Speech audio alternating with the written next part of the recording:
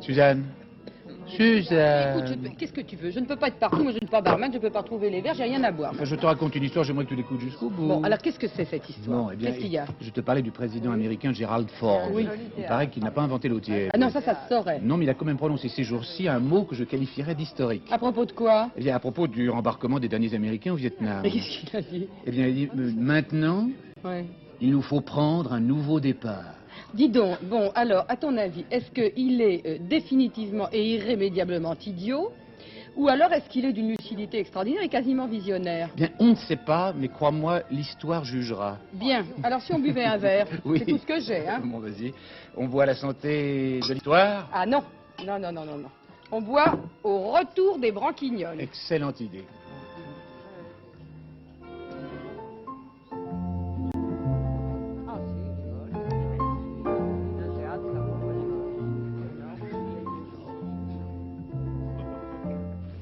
En compagnie de Suzanne Gabriello, Bernard Lavalette, Claude Pasteur et Claude Bénière, vous y rencontrerez le révérend père Riquet, Louis Seigné, Robert Derry, Colette Brosset, le commandant Sadgé, Micheline Boudet, Jean-Jacques et Rissé Barillet.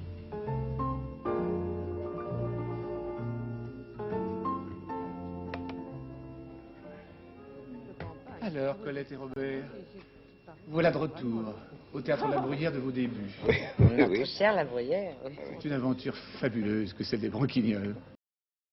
C'est dément surtout, enfin. Ça a commencé en 48.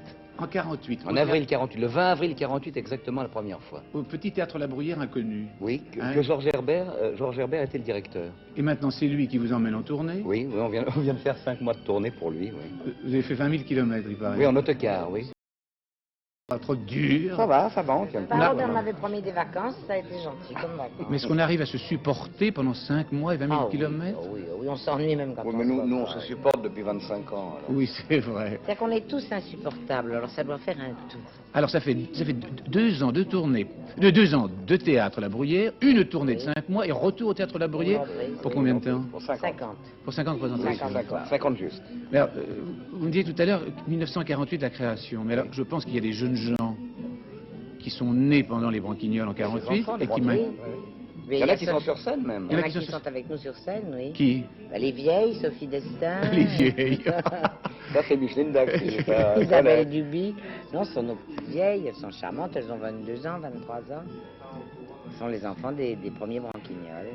Et les jeunes qui viennent maintenant marchent comme nous avons marché, nous. C'est très rigolo parce C'est qu'ils nous disent, on a eu une salle d'élèves d'HEC il n'y a pas très longtemps, qui nous a dit, qu'est-ce que c'est nouveau ce truc-là? Ah, c'est formidable. C'est- Et puis il y a Tornade avec vous. Tornade qui est en train de se faire une place au cinéma extraordinaire. Très belle carrière au cinéma. Hein, oui. Il va, je En crois. quel- Il devrait faire une très grande carrière. En quelques mois, Dupont-la-Joie, Soldat du rock. Soldat du rock. Un personnage Mais fantastique. il est fantastique. Et puis il a l'âge maintenant. Il a l'âge de son emploi maintenant. Oui. Ça, c'est quelque chose Oui, qui il a arrive sa à des maturité, acteurs qui là. attendent, Oui. qui attendent finalement leur âge, Oui, oui. qui correspondent à leur physique. C'est ce qui est arrivé à aussi. Oui, Le c'est film a vrai. débuté tard, en somme, parce qu'il n'avait pas sa maturité d'acteur. Oui, mais après, il a mis des bouchées d'eau. Oh là là. Ah ouais. Et cette Tornade, il paraît qu'il a voulu faire la reprise au Théâtre La Bruyère. C'est des à cause de Branquignoles. lui qu'on joue. Oui, c'est à Je cause le de lui, remercie c'est tous vrai. Pourquoi les soirs. il voulait. Parce qu'il Il mourait avait d'envie de, envie de de jouer. rejouer le concierge qu'il Ah, avait c'est- créé. Il avait envie de jouer.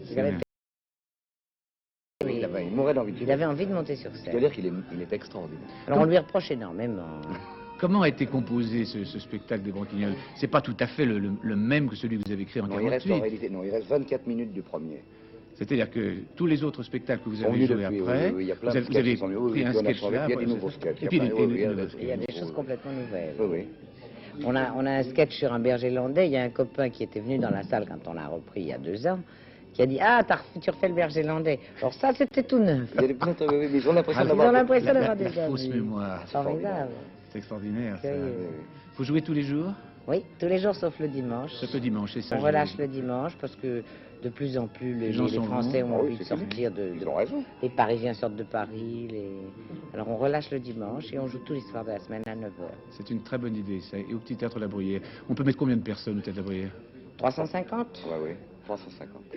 Vous m'avez dit un jour que vous aviez joué un jour devant un public très jeune de gosses et que le public des enfants marchait Ah oui, formidable. aux mêmes endroits que les Ah oui, adultes. exactement.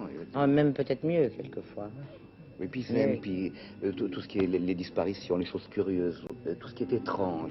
Moi j'aime beaucoup les. Je suis heureux de jouer pour les enfants, c'est Il y a formidable. toujours Michel Dax, Pierre Olaf. Pierre Olaf, Michel Dax, Christian Duvalec, Jacques Legras. Toujours, toute l'équipe. Toujours la vieille équipe, Maurice Ducasse. Évidemment, on a parlé de Tornade et de nos deux. Et Gérard Calvi. Et Isabelle. Ah, Gérard et Calvi est là a au pris sa piano. place, bien sûr. Au piano. Ah, bien sûr. On ne peut pas travailler sans lui quand on a sa bonne tête rose Il et est blonde rit comme devant un nous. roi tous les Écoutez, soirs. si vous me permettez, comme j'habite moi rue Saint-Georges à 150 mètres du théâtre La Bruyère, je viendrai après mon théâtre à moi. Vous Ah jouez oui, encore, oui, je viendrai oui. voir le dernier quart d'heure tous les soirs dans le fond de la salle. D'accord, avec vous. Vous avez besoin de voter par... Non, parce que cher ami, je suis très heureux de vous voir ici, cher Michel Riquet, mon cher révérend père, parce que vous venez de publier un livre qui m'a bouleversé, je dois dire. C'est Un chrétien face à Israël. Vous avez réussi en 280 pages à faire le tour complet du problème d'Israël. C'était mon C'est pas désir simple. depuis longtemps et je suis heureux d'avoir pu trouver le temps de réaliser ce projet. Ça commence comme un livre de souvenirs d'enfance, assez inattendu d'ailleurs, car vous n'avez pas connu l'affaire Dreyfus quand même.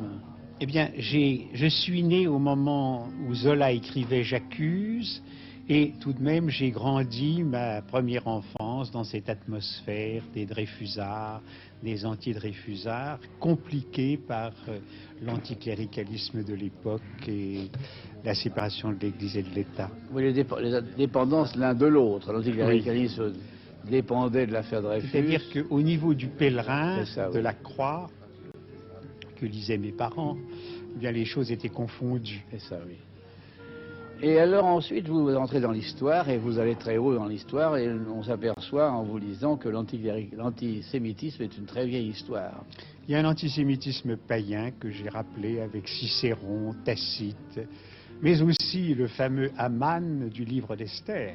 Oui, mais alors, par exemple, au moment du siège de Jérusalem, c'était en 70, oui, Flavius Joseph défend les Juifs et essaie de les mettre dans des ghettos pour les protéger, en somme. C'est-à-dire que Flavius Joseph nous dit que Alexandre a très bien fait de créer un quartier spécial pour les Juifs à Alexandrie, en Égypte. Ils étaient en effet 100 000 dans, non pas le ghetto, parce que ce n'était pas Non, fermé, mais réunis. c'était la communauté juive à cause de son style de vie qui tranchait sur celui des païens. Alors en somme, dans toute l'histoire, le problème juif a été mêlé à ce fait terrifiant qu'ils n'ont jamais pu s'intégrer complètement dans la société où elles se trouvent. Bien, c'est un peuple qui n'a jamais été comme les autres, et je dirais que sa vocation est précisément de ne pas être comme les autres. D'abord comme ceux qui ne croient pas en Dieu, comme ceux qui sont matérialistes, comme les païens qui se débauchaient, et que d'autre part, il a une mission, un message auquel il s'efforce d'être fidèle. Alors il y a un parallélisme évident entre les martyrs chrétiens du début de la religion et eux, qu'eux aussi n'étaient pas intégrés, les chrétiens, pour d'autres raisons. Ou Oui, les pour mêmes. d'autres raisons. Les Juifs n'ont pas été persécutés par l'Empire romain comme les chrétiens l'ont été. Mais je dois dire que malheureusement, les chrétiens se sont revengés sur les Juifs plus tard. Et c'est navrant. Alors à ce propos de l'antisémitisme chrétien, c'est le deuxième ou la troisième partie de votre livre, nous arrivons au problème qui me paraît impossible d'être à la fois chrétien et antisémite, puisque l'Ancien et le Nouveau Testament sont quand même Absolument. jumelés.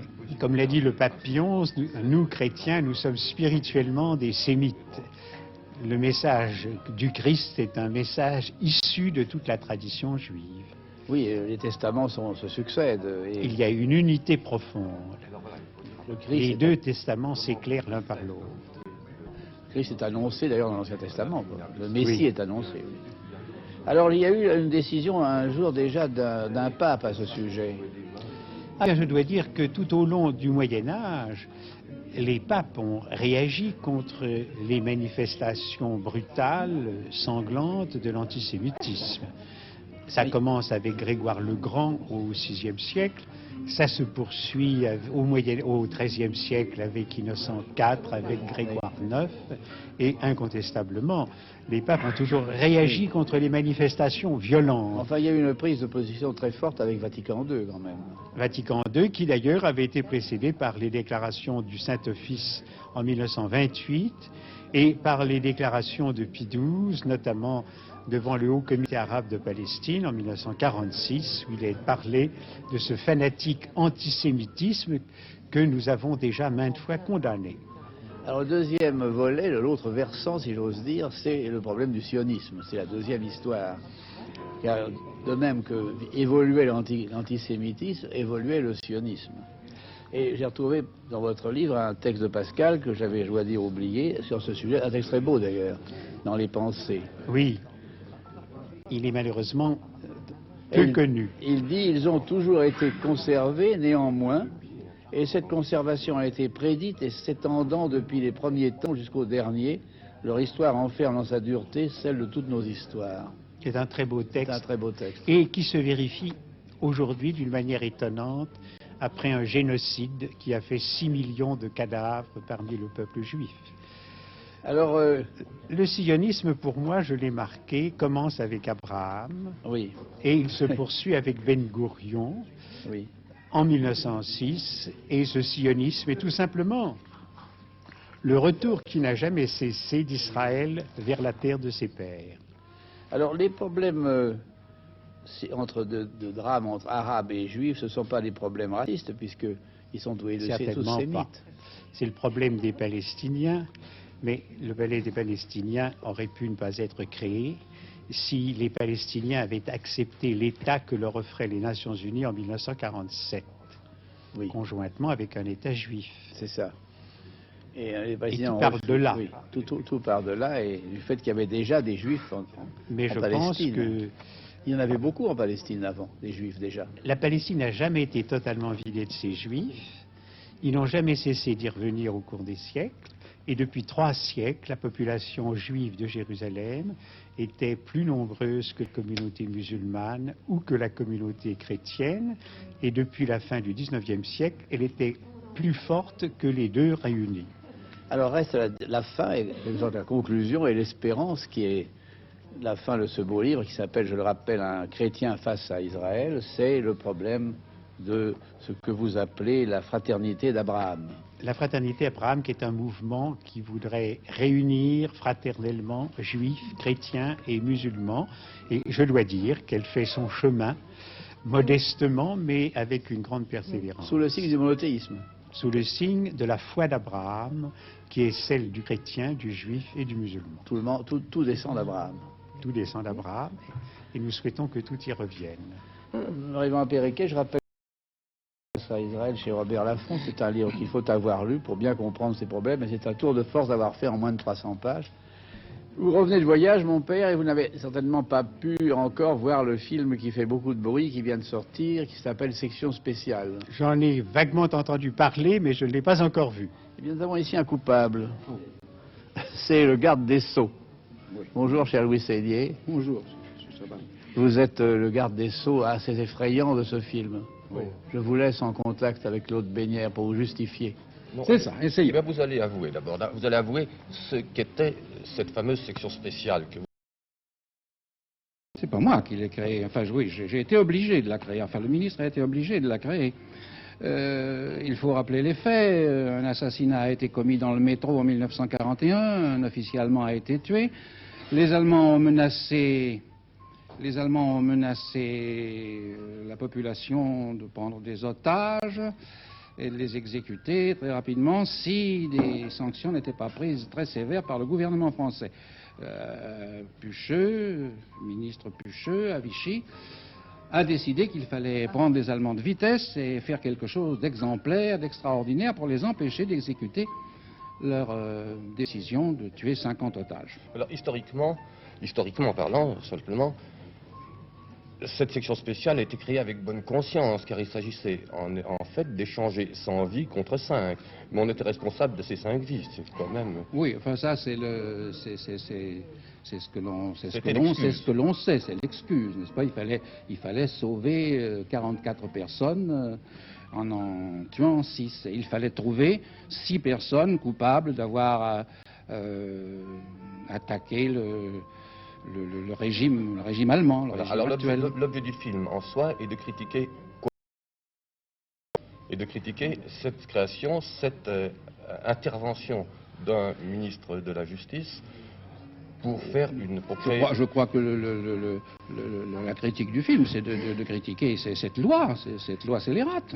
C'est cela, parfait. C'est ça le sens, à mon avis, le sens général du film. Alors, vous êtes là-dedans un ministre scélérat, en fait. Oui, je suis un ministre, parmi tous ces messieurs de Vichy qui se sont illustrés à cette époque, il faut bien reconnaître que le garde des Sceaux est peut-être un des plus humains, un de ceux qui ont vraiment tenté, il a sincèrement tenté d'empêcher cette loi, de l'interdire. Ah oui, il a lutté beaucoup. Et puis on l'a convaincu, absolument, qu'on tuerait 50 personnes si on n'en tuait pas 6. Pourtant, il a assuré le recrutement du tribunal en les persuadant avec des arguments très sentimentaux. Lorsqu'il a été convaincu qu'il n'y avait plus rien à faire, il a été obligé de faire son travail de ministre de la Justice. Et il a convoqué des juges pour les décider à voter cette loi, à composer ce tribunal et à voter cette loi. Selon cette conception, dans votre rôle, vous avez deux aspects. D'une part, vous donnez des arguments convaincants aux membres du tribunal, mais au fond de vous-même, vous avez un peu de regret. Oui, mais indiscutablement, le personnage l'a fait à contre-cœur. Mais une fois qu'il a dû l'accepter, qu'il a pensé, il dit notamment à sa fille, dans l'intimité, il lui dit, eh bien, ma foi, qu'est-ce que tu veux ? 50 contre 6, c'est affreux. Enfin, je crois que nous nous en tirons à bon compte. C'est affreux, c'est une réplique abominable et monstrueuse, mais quoi. Enfin, bien sûr. Bon, était-ce sincère, n'était-ce pas sincère? Moi, je n'en sais rien, je ne sais pas. Moi, je veux croire que c'est sincère. En tout cas, moi, je l'interprète comme ça. Bien sûr. Mais de toute façon, c'était un crime. Absolument. Et à propos de crime, vous êtes en ce moment en train de jouer aussi le châtiment. Oui. Oui, maintenant, je suis crime et châtiment, c'est encore autre chose. C'est encore autre chose. Oui. Mais alors là, quel est le problème qui se passe la première fois que vous jouez crime et châtiment? C'est la deuxième fois que je joue Crime et Châtiment. Oui, j'ai interprété une première version à la Comédie Française de La Route. Et là, c'est la version Gaston Batti que nous jouons chez Hossein, au Théâtre de Paris. Courageux personnage qui n'a pas hésité à 62 comédiens à notre époque. Et c'est très courageux. Mais Dieu merci, ça a été récompensé par une affluence vraiment exceptionnelle du public. Et la fête continue. Ah ben, nous souhaitons longue vie à ce Crime et Châtiment. Merci. Un an déjà. Eh oui, dis donc comme le temps passe, hein. Un an déjà que... Déjà que le petit Valis Giscard d'Estaing est installé au Palais de l'Élysée. Valis Giscard d'Estaing, mais qu'est-ce que c'est que ces familiarités? C'est comme le président de la République. Attends, il est plus vieux, je suis plus vieux que lui, j'ai 15 jours de plus que lui. Et alors Et alors, c'est pas une raison? Si, je trouve que je peux être familier avec lui. Dis donc, qu'est-ce que ça donne, sa première année d'école? Eh bien, il va recevoir bientôt, en fin d'année, son livret scolaire. Oui, il est bon? T'as des Bon, tiens, élève difficile, oui, a néanmoins manifesté un réel désir de changement, pourrait pourtant mieux faire s'il voulait poursuivre son programme. Oui, enfin, de toute façon, il n'a pas de problème pour l'année prochaine, parce que l'année prochaine, personne ne redouble. Hein, non, il va entrer directement en seconde année. Bon, dis-moi, les autres élèves de sa classe, il y a des échos? Chirac, bah, tu vois, il était très bien parti. Ouais. Et puis là, est-ce qu'il est déjà usé? Mais voilà qu'il vient de faire un voyage dans le Nord, qui n'a pas été un succès du tout. Mais moi, je sais pourquoi. Ah ben, tu ferais bien de le dire, parce que les journaux, 15 jours après, se posent encore la question, pourquoi? Et naturellement, ils donnent des raisons politiques. Bah forcément, ils vendent pas les patates. Oui, quand un Premier ministre descend de voiture pour serrer des mains, et qu'il n'y a pas de main, et qu'en fait, bain de foule, il prend un bain de pied, eh ben, on peut légitimement se poser des questions sur son programme politique. Ça n'a rien à voir, Bernard. C'est parce que Chirac fait trop de télévision. Voilà, alors je t'explique. Surtout, suis-moi bien. Regarde, dans le Nord, il y a plein de télévisions. Bon, les gens sont obligés de payer la taxe pour regarder la télévision. Ils voient Chirac. Bon, alors ils vont pas encore sortir avec le temps qu'il fait pour aller voir dehors celui qui les oblige à payer la taxe pour ne pas voir la télévision ce jour-là. Est-ce que tu me suis clair? Il faut bien dire que Chirac dose moins bien que Giscard. Ah oui, Giscard au début on le voyait tout le temps, mais maintenant c'est fini. Hein. Une fois par mois au coin du feu et c'est tout. Et puis alors s'il veut serrer des mains, il va à l'étranger, il va dans des pays où on n'a plus l'habitude de voir des présidents. Il va au Maroc, il va à Alger, alors là il fait le plein, tu vois. Oui, alors là il serre les mains qu'il veut. Il serre les mains qu'il veut, quoi. Dis donc, et alors au point Année scolaire, Mitterrand, qu'est-ce que ça donne Mitterrand, les dernières nouvelles, c'est son voyage en URSS qu'il a failli ne pas faire. Parce que- Et alors, il a failli se passer plutôt un incident à l'aéroport de Moscou. Qu'est-ce qui s'est passé Eh bien, il a failli se faire embrasser sur la bouche. Mais par qui? Dis-moi le nom de la dame. Écoutez que je ne ris qu'avec des noms, moi. Non, pas du tout, tu n'y es pas. Non, c'est par le vice-secrétaire du Parti communiste du RSS. Mais qu'est-ce que tu Non. me racontes? Mitterrand, il est comme ça, avec sa fleur et tout. Mais je croyais qu'il était marié, moi. Oui, écoute, ne petit non pas, s'il te plaît. Oh, bah non, si, bah, non, ça- tu sais bien qu'en URSS, s'embrasser sur la bouche est un signe d'amitié. Ah oui, d'accord, en URSS, mais pas en France. Alors qu'est-ce qu'il a fait? Il a refusé? Il a refusé très gentiment, il a dit écoutez, c'est très aimable à vous, camarades, mais Marchais viendra certainement un jour ou l'autre. Oui, c'est vrai. Eh bien, d'après le programme commun, sans lui, je ne peux pas me faire, me faire qu'est-ce embrasser que tu tout dis? seul. Oui, voilà. voilà. Alors, attendez qu'il arrive et vous Oui. l'embrasserez. Oui, alors depuis, ils attendent Marchais. Exactement. Alors, dans cette année scolaire, il y a eu une chose, il y a eu un changement qui est passé presque inaperçu, et c'est très dommage parce que c'est très intéressant. Lequel? Eh bien, on a changé l'âge... L'âge de la majorité, je sais, 18 ans. Non, mais ça on en n'est a pas beaucoup passé parlé. inaperçu, on nous en a fait une tête comme ça. Non, on a changé l'âge de l'entrée dans la carrière diplomatique. Ah bon, c'est quel âge? 2 ans. Et vous avez bu, mademoiselle Gabriel? Non, je n'ai pas bu du Qu'est-ce que tu tout. vois? Le Monde, qui est un journal sérieux et qui se prend au sérieux, l'a écrit. Veux-tu lire ça, s'il te plaît? Voilà. Voilà, qu'est-ce que c'est? Alors, ça qu'est-ce qu'il y a écrit sur Le Eh Monde? bien, il y a le journal officiel du 26 avril annonce la nomination de M. Pierre Antonios au poste d'ambassadeur de Voilà. France au Sri Lanka, Ceylan, en remplacement de, etc. Né en 1973. Alors, 1973, 1974, 1975, 2 ans. Il est plus jeune que mon fils. Et on dit qu'on ne fait rien pour les jeunes. C'est quand même quelque chose. C'est fou. Commandant, est-ce que c'est difficile de piloter un 747?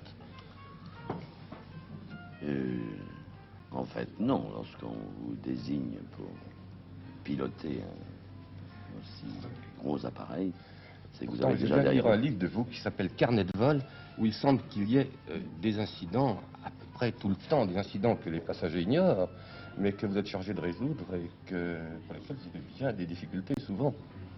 Oui, les difficultés ne viennent pas du pilotage proprement dit, mais surtout de l'environnement, c'est-à-dire les conditions météorologiques, les conditions d'approche, l'équipement au sol des aérodromes, les orages, donc le brouillard. Tout Ça ceci. fait en réalité beaucoup de choses à apprendre pour arriver à se connaître tout ça. Alors il faut avoir une vocation sérieuse. Et cette vocation, comment vous est-elle venue? Incontestablement, la vocation est indispensable dans ce métier.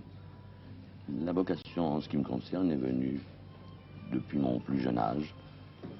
Mon père m'emmenait voir ces fameux Detroyats et dorés lors des meetings aériens avant-guerre, et également au début de la dernière guerre, lors des combats aériens, des bombardements aériens, des Allemands, des Vous êtes Alliés. toujours intéressé aux gros avions, je crois. J'ai toujours été attiré par les avions les plus lourds, les plus gros, Les plus difficiles à conduire, j'imagine. les multimoteurs et allant le plus loin possible. Il est très difficile d'amener un 747 ou d'amener un 707, je pense, ou un Languedoc autrefois, qui était probablement moins maniable, les amener sur des terrains difficiles. Vous avez eu des expériences difficiles, j'imagine, des terrains qui étaient plus compliqués à aborder, à Hong Kong ou à Chicago. Il y a dans votre livre des passages très significatifs là-dessus. Racontez-nous. Oui, en un fait, exemple. vous dites difficile, c'est très délicat, en fait, car au cours de nos approches, de nos décollages, nous devons être à tout moment prêts à parer une panne de moteur, une panne d'instruments à bord, une panne Et puis une panne au sol. d'équipement au sol. Car en fait, vous êtes responsable. Qu'est-ce qui est responsable? C'est le sol qui vous dirige ou vous-même dans le ciel? Enfin, c'est le ciel ou la terre qui est responsable? Le révérend Pierre Riquet va nous le dire. En fin de compte, nous sommes, le commandant de bord est toujours responsable en cas d'incident et à plus forte raison en cas d'accident. Accident qu'il faut à tout prix éviter d'ailleurs. Naturellement. Et dans ce livre, je parle malheureusement de nombreux accidents qui ont endeuillé l'aviation Oui, mais vous avez toujours mondiale. évité. Vous avez toujours évité le moindre incident et jamais personne ne s'est aperçu des difficultés que vous pouviez avoir à bord. Cela dit, commandant, vous partez partout, vous allez au Tokyo, vous allez à Téhéran, vous allez dans toutes les régions du monde, vous n'avez jamais le temps de vous arrêter. Est-ce que vous allez au théâtre de temps en temps? Eh bien, oui, on y parvient. J'y suis parvenu, mais difficilement. Alors écoutez, je vais vous conseiller d'aller voir le saut du lit au théâtre du Gymnase. Et d'ailleurs, vous avez là quelqu'un qui va vous donner des places. Pas tellement, parce qu'il y a beaucoup de monde. Après avoir été joué 300 fois au théâtre Montparnasse, ce saut du lit a fait le saut sur la rive droite. Si C'est ça, oui, oui, exactement. À peu près avec tous les créateurs. Tous les créateurs. Cette pièce a été adaptée par Marcel Mitois. C'est Marcel Mitois qui l'a adaptée. C'est une pièce anglaise de Cooney Chapman. Un vaudeville absolument délirant, je peux le dire, avec des situations très fortes, des imbroglios qui n'en finissent pas, des gens qui ont fait passer les uns pour les autres. Il ne faut pas raconter, Mais tout ça arrangé avec une chose de Jean Le Poulain. Oui, oui. Vous pensez les mises en scène de Le Poulain, ce que ça peut donner dans ce genre de choses, oui, bien sûr. Et la distribution. Très très beau décor de Claude Catulle. Et nous avons donc le premier couple, c'est Micheline Boudet avec Guy Tréjean, n'est-ce pas, qui est un PDG, un monsieur très sérieux, homme d'affaires, voilà, qui ne pense pas, lui, à la gaudriole. L'autre couple, c'est Arlette Didier et Jacques Verlier, qui, eux, je crois, auraient tendance à y penser beaucoup plus. Quelques bêtises, chacun de leur côté. Chacun de leur côté. Vous êtes célibataire dans la Je suis célibataire. On le prend pour ce qui n'est pas du tout en réalité. Un peu efféminé, mais on apprend. Finalement, il est fou des femmes. femmes. Un personnage qu'il compose et qu'il est en effet l'amant de la petite bonne allemande, d'ailleurs. Puis nous avons aussi cette merveilleuse Madeleine Barbulé qui joue le rôle de Mademoiselle Dumur. Enfin, on ne peut pas raconter l'histoire, c'est trop difficile, mais les gens, je crois, rient énormément tous les jours. Et quels sont vos rapports sur la scène, tous les deux, vos relations? Nos relations, eh bien, justement, il serait fortement question qu'on saute dans ce lit. Fameux lit. Voilà. Alors, c'est une pièce érotique? Non, quand pas même tout pas à fait, vraiment. tout de Ça peut même. être vu par tout le monde. Vraiment par tout le monde. Il y a beaucoup de velléité d'aller dans le lit, mais finalement, il ne s'y passe rien. Rien, voilà, tout autour. Voilà. En somme, c'est une pièce où il y a de la gaieté, de la bonne humeur. Ah, plus que de la gaieté, oui. J'ai entendu dire qu'il était recommandé d'apporter ses chaises. C'est-à-dire que finalement, il y a tellement d'éclats de rire, les gens s'amusent tellement et qu'ils sont un petit peu sur leur fauteuil et que Maribel nous dit, écoutez, mes enfants, c'est pas possible. Mon théâtre va se démolir. En somme, ce saut du lit, c'est le saut du fauteuil. Si on veut. Ah bon? Fais-moi une petite place que je suis debout et tout. Mais écoutez, avec plaisir. Bonjour, monsieur. Bonjour. Alors, comment vas-tu? Bien. Depuis que je ne t'ai vu. Ça faisait quelque temps. Bonjour, monsieur. Alors, je te présente Alain Finet. Bonjour, Alain. Du Michigan. Voilà. Et Joseph Dejean. Oui, c'est ça. Et tes accompagnateurs. C'est pas mes accompagnateurs. C'est tes copains. Voilà. Qui néanmoins t'accompagnent parce que. Oui, parce que lui, moi, j'ai des copains, tu vois, ils aussi. se promènent pas avec ça Ah bon? obligatoirement quand ils viennent avec moi. Ah, Dis-moi, mon petit barillet, mon Alors, petit Risset, dis-moi. Alors, qu'est-ce que tu as fait depuis si longtemps? J'ai Raconte-moi chanté. ta vie. Oui, je sais que tu chantes, tu n'arrêtes pas de sévir. Ben, je sais pas rien faire d'autre. Tu sais rien faire d'autre. Là, tu viens de faire un grand disque. Ouais. Oui, avec combien de chansons? Il y en a 11, parce qu'il y en a une qui est longue, c'est la numéro 1. La numéro 1, Oui, elle est extrêmement longue. Ouais. Elle est pas extrêmement longue, quoi. C'est un roman fleuve. Oui, elle fait combien de minutes? 7. Bon, alors ça, je te dis tout de suite, tu la chanteras pas en Mais entier. si, c'est les couplet, 300 si tu veux, millions. c'est tout ce que je peux Tu faire veux comme que je te toi. chante les Un 300? petit, un petit couplet. Je te chante Un les petit 300. couplet, je viens avec toi, je te suis. Écoute, c'est une chanson, ce qu'on appelle une chanson éducative. C'est éducatif. Oui. C'est poétique quand même. Oh, écoutez. Allez.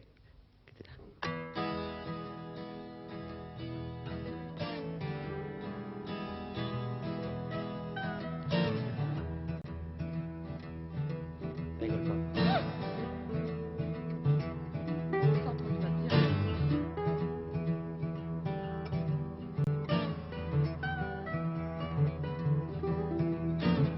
Nous sommes 300 millions massés derrière la porte. Trop serrés pour remuer, trop tendus pour penser. Une seule idée en tête, la porte, la porte, la porte. Quand elle s'ouvrira, ce sera la ruée. La vraie course à la mort, la tuerie sans passion. Un seul gagnera, tous les autres mourront. Même pas numérotés, seul un instinct nous guide. On nous a baptisés les spermatozoïdes. Bon, alors écoute, attends, non, c'est pas fini. C'est excellent. Le club des 10 heures n'est pas un club purement scientifique. Alors je préférerais une autre chanson dans un autre genre, vois-tu, Oh, mon c'est petit Risset. Alors qu'est-ce que tu vas chanter? Un sujet un peu plus actuel alors. Voilà. Parce C'est que quoi? celui-là remonterait plutôt du temps d'Abraham. Oui, bon, n'insistons pas. Alors Ah tu bon, me chantes pardon. quoi? Alors, Qu'est-ce que tu attends, chantes, s'il te plaît? Tu changes de guitare? Oui. prends la plus petite.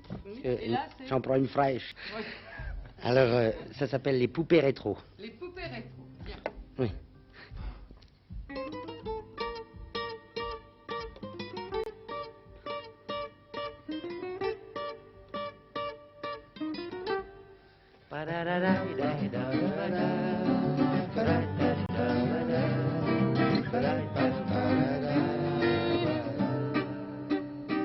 J'aime les filles un peu rétro, moitié garçonne, moitié garbo, celles qui se donnent en gardant leur chapeau. J'aime les filles un peu rétro, moitié java, moitié tango, l'amour au rythme d'un violon solo. J'aime les filles un peu rétro, un peu codine en bas du dos, et qui rugissent quand je dis des gros mots. On aime les poupées rétro, qui s'abandonnent en disant non, nous sommes des sentimentaux. Une fille dans un tirome, en robe style et en bloom, grignotant un petit pretzel. Oh, venez chez moi, madame, admirez mes Rollman, mes boules et mon coromandel.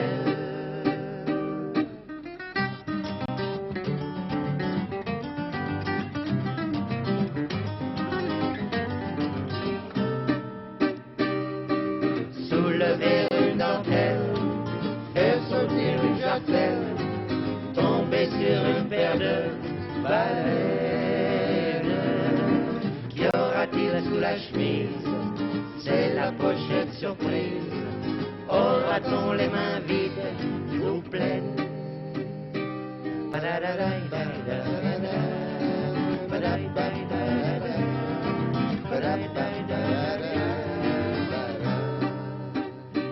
J'aime une fille un peu rétro qui me reçoit dans son studio de 5 à 6, 36 rue du Poteau. J'aime une fille un peu rétro, qui m'offre des petits gâteaux de 6 à 7, 36 rue du Poteau. Je connais cette fille rétro, elle m'appelle son gigolo, elle fait le business au 36 rue du Poteau. On aime les poupées rétro qui nous font jouer les poireaux, mais que c'est bon quand on touche le gros.